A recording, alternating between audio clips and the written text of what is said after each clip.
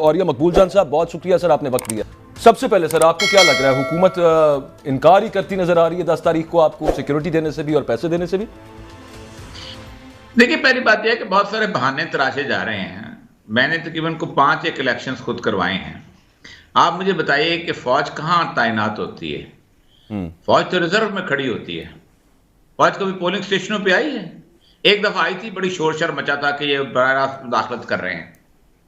2 एक बड़े बड़े ट्रक होते हैं, उनके साथ साथ एक जो है कोई वक्तबंद गाड़ी हो जाती है, ये साथ को थोड़ी सी अलर्ट लैमिनेशन होती है। क्योंकि फौज ने तो बराह रास्त कोई चीज अमना आमा कंट्रोल तो करनी नहीं होती। फौज के पास तो सिर्फ एक ही वेपन है और वो है गोली। ठीक, वो तो नहीं चलानी होती ना। आपका एंटी राइट इक्विपमेंट होते हैं, बाकी चीजें होते हैं, पुलिस उसको कंट्रोल करती है। इवन रेंजर्स को भी नहीं लाया जाता। तो ये तो बड़ी अजीबोगरीब मंतक भी पेश की जा रही है पाकिस्तान के अंदर के जी फौज सिक्योरिटी नहीं देती इलेक्शन कमेटी। कब ली थी उन्होंने सिक्योरिटी? हमेशा उसको रिजर्व सिक्योरिटी के तौर पर रखा जाता है कि अलर्ट है। तो क्या पाकिस्तान में फौज अलर्ट नहीं होती? हम तो गैरिजन में रखा करते थे कि भाई आप अपने कंटोनमेंट में रहें, यहां पब्लिक में नजर ना आए। अगर बहुत ही हो तो शहर के एक चौक में फौज खड़ी कर दी जाती है कुछ थोड़ी देर के लिए, ताकि लोग जो है थोड़ा खौफजदा हो। क्योंकि फौज का तो यही सूरत। एक तो ये बात है कि ये बहुत बोदा सा बहाना है, और ये पता नहीं किसने बहाना बनाया और किसने तराशा है। होता पता है क्या है? हमारे जो सुप्रीम कोर्ट के भी जनरल जुडिशियल अफसर भी जो बैठे होते हैं, उनका भी कोई इस तरह का कोई इलेक्शन कराने का तजर्बा वजर्बा तो होता कोई नहीं। वो इनकी बातों में आ जाते हैं कि हमें ये चाहिए, हमें ये चाहिए, हमें ये चाहिए। मुझे कुछ एक बंदा बताए कि कहां पर। और सबसे बड़ी बात है कि पोलिंग स्टेशनों में अगर फौज डिप्यूट होती है तो फौज तो पूरी नहीं आ सकती आपकी। आपके तो लाखों पोलिंग स्टेशन, आप एक सिपाही खड़ा कर लेंगे, क्या कर लेगा वो? 2 सिपाही खड़े करने क्या? वो उसकी एक फोर्स होती है, वो पीछे खड़ी होती है, उसको पता होता है वहां से लोग आ सकते हैं, वो थ्रेट मौजूद होता है। थ्रेट के तौर पे तो फौज मौजूद है, गैरिजन में खड़ी रहे बेशक। सही, ठीक। और पैसों का मामला क्या रहेगा? और यह सब आपको लग रहा है कि हुकूमत तौहीन अदालत चाह रही है लगवाना अपने ऊपर? पैसे तो देने पड़ेंगे। उन्होंने बुला लिया ब्यूरोक्रेट्स को, उन्होंने बुला लिया ब्यूरोक्रेट्स को। और मैंने अपनी जिंदगी में 25 साल की नौकरी में कोई इतना शेर का बच्चा ब्यूरोक्रेट नहीं देखा जो अपनी जो है नौकरी जो है ना वो सैक्रिफाइस कर दे किसी सियासतदान के ऊपर। हाँ, अगर सियासतदान के अलावा किसी और ने कान मड़ोड़िया है तो फिर कुछ ठीक। ताहिर मलिक साहब, आपका क्या ख्याल है? मरियम नवाज साहिबा का ना एक कुछ दिन पहले की बात है, वो किसी ने ट्विटर के ऊपर लिखा कि आप इनकार तो कर सकते हैं रिसोर्सेज देने से, लेकिन at the very same time disqualification का खतरा है। उन्होंने आगे से लिखा तो हो जाए, मतलब चाचा जी नायल हो जाए, कोई मसला नहीं। ऐसे लग रहा है कि जैसे उन्होंने ज़ेन बनाया हुआ इस तरह का कोई। मैं तो रिया साहब की बातों से सीख रहा हूँ कि बड़ी खूबसूरत बातें करते हैं, बड़ी प्रिंसिपल बातें करते हैं कि बहाने बनाते हैं। असल गल जी हीर तक कर देते हैं, कोई कार ना मरोड़ते। तो पहले तो ये क्लियर करें कि इस मुल्क में डिबेट से पाकिस्तान चलाना है, आर्गूमेंट से पाकिस्तान चलाना है, रैशनली पाकिस्तान चलाना है कि कान मरोड़ के चलाना है? तो अगर हमारी हर गुफ्तगू का एंड यही है कि कहीं से नाक मचोड़ना है, कहीं से कान मचोड़ना है, तो फिर गुफ्तगू करने की ज़रूरत है। पॉइंट बिल्कुल सिंपल है। मेरे लिए अभी तक ये क्लियर नहीं हुआ, ये जो आपकी कमेटी कल बैठी है, मैंने आपको कल उस प्रोग्राम के दौरान ही कहा था कि हुकूमत की 2 स्ट्रेटजीज़ हैं। एक स्ट्रेटजी ये है कि पहले तो बहाना भूनने की मैं साथ नहीं, बस स्ट्रेटजी एक है जी इलेक्शन नहीं कराने। इलेक्शन क्यों नहीं कराने के? हार जाने, सीधी बात है। वो फवाद चौधरी ने बड़ी खूबसूरत बात की वकला के साथ, वो पंजाबी में उसने मैं बड़ा इंजॉय किया। कहता वो बड़ी स्टडी की है जी सरकारी वकीलों ने, उन्होंने बताया कि क्या मसला क्या। कहता मसला साढ़े को वोट नहीं है सब कुछ है, हमारे पास पैसे भी हैं, फौज भी है, सारे दानश्वर भी हैं, वकील भी हैं, मगर वोट नहीं है। तो पॉइंट बिल्कुल सिंपल है। एक तरह से वो आ रहे हैं सिक्योरिटी पे, और कल के लिए मैं 1-2 छोटी आपको इन्फॉर्मेशन दे दूँ।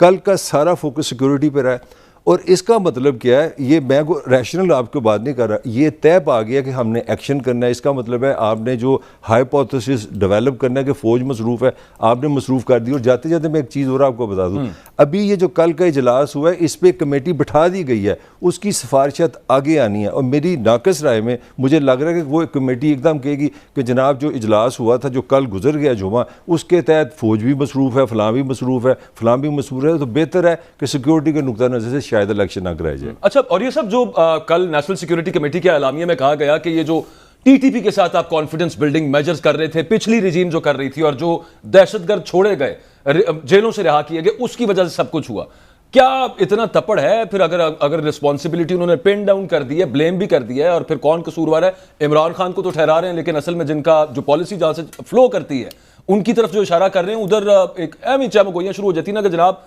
ये भी इरादा बनाए बैठी है हुकूमत की उनके खिलाफ कोई कार्रवाई की जाए? जनरल फैज की बात कर रहा हूं मैं। देखिए, मैं बड़ा क्लोजली इन्वॉल्व रहा हूं उस प्रोसेस के अंदर, क्योंकि तालिबान की गवर्नमेंट जब नई आ रही थी तो उनके काफ़ी सारे असाब जो थे उनके साथ मेरे राब्ते थे, मेरे से जी। पहले से भी राब्ते थे। ये बुनियादी तौर पे तालिबान ने इनको ऑफर की थी कि हम आपके साथ मिलके आपको सेटल डाउन करा देते हैं चीज़ों को, और उस सेटल डाउन के अंदर उन्होंने कहा था कि आप इनके लिए कोई एक जबरदस्त किस्म का कोई जॉब, उनको रिहेबिलिटेशन करो। ठीक है। 52-53 हजार बंदे हैं, कोई जॉब को ढूंढो, कोई कारोबार के लिए ढूंढो, कोई और चीजें ढूंढो, उनको वहां वापस जाने दो। फिर उनकी सिक्योरिटी का मसला है, कोई किसी को मार के गया हुआ है, कोई किसी के जिरगा के वाले को मार के गया हुआ है, और बहुत सारे मसले हैं जो कहते हैं कि ये चीजें हैं। ये प्रोसेस शुरू हुआ था, और ये प्रोसेस इमरान खान तक नहीं रुका। ये प्रोसेस जुलाई 2022 को रुका है। जुलाई में कब हुकूमत थी? किसकी हुकूमत थी? शहबाज शरीफ की हुकूमत थी, बाजवा साहब मौजूद थे। क्यों रुका था? एमएनएस जवाहिरी को ड्रोन लगा था, और उस वक्त जो पूरे का पूरा पाकिस्तान का वफद काबुल में था, जिसमें बैरिस्टर स्टैफ भी मौजूद था, और हमारा एम्बेसडर भी गया हुआ था, हमारे फॉरेन ऑफिस का वफद वहां मौजूद था।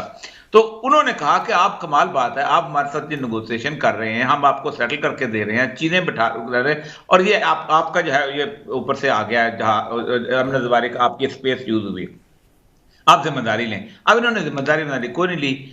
हुआ क्या था? हुआ बिल्कुल वही था जो नेक मोहम्मद के जमाने में हुआ था। वो जो कोर कमांडर थे ना, बट अब उन्होंने जाकर मैदा कर लिया नेक मोहम्मद के साथ। अमरीकियों को बड़ा गुस्सा था, अमरीकियों ने जाके उधर से मुशर्रफ को बताया, और अमरीकियों ने जाके नेक मोहम्मद को बेचारे को वहां ड्रोन से मार दिया। और इन्होंने, मुशर्रफ ने कहा ये हमने दहशतगर्द मारा है, ये वो कर रहा था। दूसरी दफा जब हुआ तो फिर वो साल बाद गए बेचारे सफदर साहब जो थे, वो उन्होंने जाके ना बैतुल्ला महसूद के साथ एग्रीमेंट कर लिया, बकायदा हार पहनाए, बैतुल्ला महसूद को अमन का सिपाही कहा गया। उसने ये कहा हमारे पास अरब अगर हमारे हाथ में आएगा हम आपको पकड़ के देंगे, ये मायदा हो गया। फिर ड्रोन आ गया, फिर बैतुल महसूद में। तो ये बुनियादी तौर पर ये बातें करते हैं अमन पे मैयर, इनके बस में है कुछ? ये मतलब सबसे बड़ी बात है कि यार आप एक वैसे सर आपने वो बात की है, तो चलें थोड़ा सा सिर्फ बैक उसमें पास्ट में चले जाते हैं। आप जो ड्रोन की बात करें और एमन अल जवारी को जो एलिमिनेट किया गया था, अमेरिका तो नहीं कभी भी उसने क्लेम किया कि वो पाकिस्तान से उड़ा था, पाकिस्तान ने भी कभी उसके ऊपर कुछ नहीं बताया, लेकिन यहाँ पे गवर्नमेंट लेवल के ऊपर उसको रिबफ किया गया कि यहाँ से नहीं उड़ा वो। तालिबान ये समझते हैं कि वो पाकिस्तान की एयर स्पेस यूज हुई है, ना उड़ा होता है। उन्होंने ये कहा था आप ये बताएं आपकी एयर स्पेस यूज हुई है कि नहीं हुई है, जिसका आपने इन्होंने इनकार नहीं किया। उन्होंने सिर्फ एक पूछा था, यहां से नहीं उड़ा, यहां से वाकई नहीं उड़ा, यहां से पाकिस्तान से वाकई नहीं उड़ा, but air space was used. Air space was used, ठीक है। अच्छा, अब आगे आ जाते हैं। उसमें इमरान खान साहब जो कह रहे हैं, ताहिर मलिक साहब, बड़ी इंपॉर्टेंट चीज़ है कि हमें लड़ाने की कोशिश की जा रही है, उधर से पर्चे किए जा रहे हैं इमरान खान के ऊपर। फिर एक और सेडिशन का केस हो गया, हालांकि लाहौर हाई कोर्ट ने उस दफ़ा को उड़ा दिया हुआ है, और अब लाहौर हाई कोर्ट का एक लार्जर बेंच जो है वो अब ये समाअत करने लगा कि इमरान खान साहब तोशाखाना केस के बाद, फैसले के बाद, वो अब रह सकते हैं, हाँ जी हाँ, पार्टी चेयरमैन रह सकते हैं कि नहीं रह सकते। और ओवरऑल 144वां मुकदमा था कल इमरान खान के ऊपर। वो कह रहे हैं कि हमें लड़ाने की कोशिश हो रही है एस्टेब्लिशमेंट के साथ, और आपको लगता है कि यूं ही है कि एस्टेब्लिशमेंट नहीं है इस सब मामले? मुझे लगता है क्योंकि खान साहब हुकूमत कर रही है। खान साहब रोटी को चोची कहते हैं, बड़े मासूम से बंदे हैं। खान साहब ने भी तो दो डबल शो रखे हुए हैं ना। एक दिन उन्होंने रखा होता है फौज से मोहब्बत, एक दिन उन्होंने लड़ाई रखी होती है। एक दिन उन्होंने रखा होता है कि जनरल बाजवा बहुत अच्छे डेमोक्रेट्स हैं, पाकिस्तान को इससे अच्छा जर्नैल नहीं मिला। एक दिन उन्होंने रखा होता है हम एक ही पेज में हैं। बाद में वो कहते हैं मैं रूस जा रहा हूँ, वो कहता है अमेरिका चलो, वो कहता है मैं कहता हूँ इंडिया से लड़ना है, हमने कश्मीर लेना है, वो कह रहे नहीं। मतलब मैं आपको कंसिस्टेंट ही बता रहा हूँ, खान साहब इज़ वेरी कंसिस्टेंट। उनकी आज तक मुझे समझ नहीं आई कि एस्टैब्लिशमेंट फ़ौज के बारे में उनका क्या नुक्ता नज़र है। एक दिन वो सुलह कर रहे होते हैं, एक दिन कह रहे थे नेगोशिएशन करते हैं, प्यार का वादा 50-50। एक दिन होता है कि एक बंदा पाकिस्तान चला रहा है। मेरा ख्याल खान साहब को कहीं ना कहीं क्लैरिटी करनी पड़ेगी। खान साहब को ये बताना पड़ेगा, यहाँ की एक रियलिटी है कि पाकिस्तान पोलिटिकली माठा मुल्क है, हम में लीडरशिप नहीं है, हम अपोजिशन हुकूमत बैठ के पास नहीं चला सकते। हमें एक डंडे वाला बड़ा भाई चाहिए जरा सन कुटे तो फिर हम। अल्लामा इकबाल का शेर नहीं सुना हुआ, झपटना पलटना। देखें यार, सवाल वो स्ट्रेटजी मेरा लास्ट कमेंट आप ले लें। मेरा सवाल ये कि यार हमने कब बड़ा होना है? हमारे पॉलिटिशियन क्यों नहीं समझता कि हमें एक बड़ा भाई चाहिए डंडे के साथ, फिर हम तमीज़ से बात कर सकते हैं। यार ये ऑक्सफोर्ड से पढ़ा है मेरा लीडर, दुनिया जानती है इमरान खान को। वो 4 दफ़ा हुकूमत कर चुकी है पीपल्स पार्टी, 5 दफ़ा कर चुकी है, 4 दफ़ा नून। ये बैठ के बात नहीं कर सकते। फिर ये एस्टैब्लिशमेंट वो कहते हैं हम ए पॉलिटिकल हैं, ये कहते हैं उनको बीच में लेकर। अच्छा जी, और ये सब ताहिर मलिक साहब कह रहे हैं कि बैठ के बात नहीं कर सकते। आज की स्टेटमेंट है वजीर दाखिला राना सनाउल्लाह साहब की, अभी थोड़ी देर पहले की। उन्होंने कहा है कि जनाब इसका हम बंदोबस्त कर रहे हैं, जैसे हमने 15 मई को बंदोबस्त किया था, आगे भी हम देख लेंगे। मतलब एक तरफ से तड़ियां लगाते हैं, दूसरी तरफ से साथ ही कहते हैं कि हम दोनों में से एक रह सकता है, या ये नाअहल होगा या हम नाअहल होंगे। इस तरह की स्टेटमेंट्स के साथ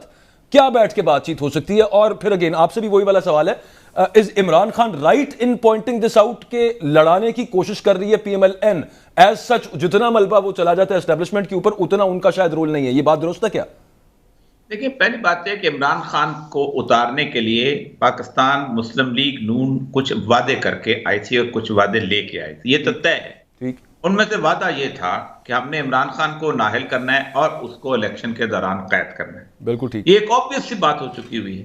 अब मसला सरा ये है कि इमरान खान को तो कसूरवार अब तक ठहराना कि जब उसके खुद ये सारी की सारी सूरत बर्पा की हुई हो।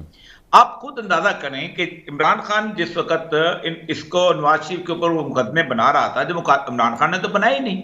नवाज शरीफ जो थे उनको 7 साल कैद जो थी वो शाहिद खाकान अब्बासी के जमाने में हुई। उनको पनामा केस के अंदर शाहिद खान अब्बासी के जमाने में निकाला गया। उनको मुझे क्यों निकाला जुलूस जो था वो भी शाहिद खाकान अब्बासी के जमाने में निकला। इमरान खान के जमाने में तो सिर्फ एक केस था, वो था शहबाज शरीफ का मनी लॉन्ड्रिंग वाला, और वो बहुत मजबूत केस था जिसको उन्होंने खास तौर पे मैनेज किया कि ये केस जो है ना ये नहीं चलना चाहिए। वरना नवाज शरीफ को जिस तरह पाकिस्तान की अदालतों ने रिलीफ दी है और जिस लेवल पे दी है, आप सोचें उस वक्त किसी ने कहा कि अदालतें क्या कर रही हैं।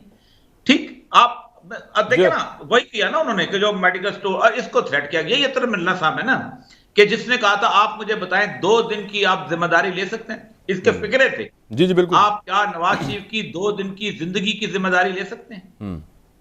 तो नहीं, तो ये कभी जिम्मेदारियां ली जाती हैं। ठीक, तो हो गया एक बात तो ये। दूसरी बात यह है कि राना सनाउल्लाह जैसा मिनिस्टर, इंटीरियर मिनिस्टर, मैंने कम से कम अपनी 67 साल की जिंदगी में नहीं देखा। मैं बदमाशों के डेरों पे मैंने ऐसी आवाज सुनी है और ऐसी गुफ्तगू सुनी है। आप नीचे अपोजिशन में हो ना 1000 बढ़के लगाएं, लेकिन आप जब वजीर दाखिला होते हैं ना तो आपका बहुत बड़ा मकाम हो जाता है। You are the custodian of 22 crore अवाम। आप उनकी अमने आमा के मुहाफिज हैं, आप उनकी जान और माल के मुहाफिज हैं। अगर आप एक शख्स को जो कि अच्छा खासा लीडर है, अगर आप उसको थ्रेट कर रहे हैं कि हम तुम्हें खत्म कर देंगे, तो इसका मतलब है कि आप बात ठीक है जो उसके उन्होंने केस में लिखी थी, भुट्टो केस के अंदर, कि बदमाशों का अड्डा बन गया है कि जाओ फलां को कत्ल करके आओ और फिर मुझे आकर रिपोर्ट करना। कोई तमीज होती है वजीर दाखिला होने की? आप कर गुजरो, मरवा दो इमरान खान को, बोलो तो नहीं।